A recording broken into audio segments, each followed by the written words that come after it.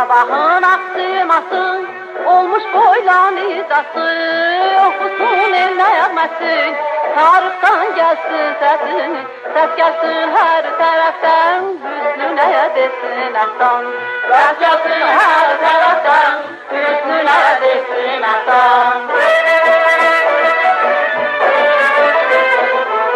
Ak gönlünden kaderim, silinsin kuşlarım.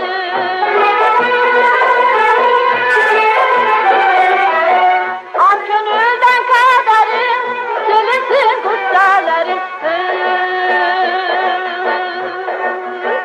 Lal olur kucağımız, gülüşen bayrağımız.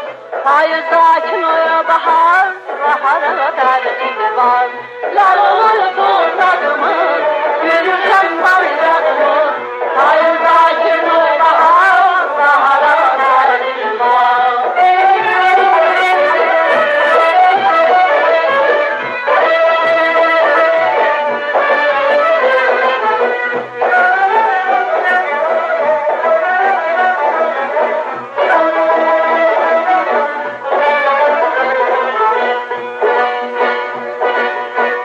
Sesle gelsin ellerim, nağnalı bülbülleri.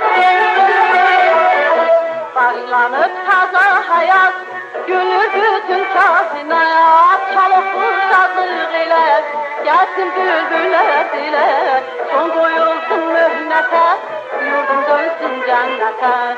Son koyulsun mühnete, yurdum dönsün cennete.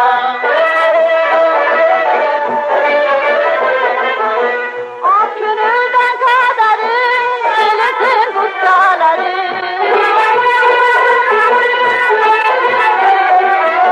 Ak gönülden kaderim, silinsin kuşlarım.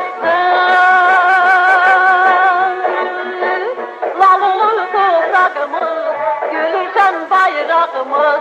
Hayırda kim oya bahar, bahara tercih var. Lal olur toprağımız, gülüşen bayrağımız. Hayırda kim oya bahar, bahara tercih var.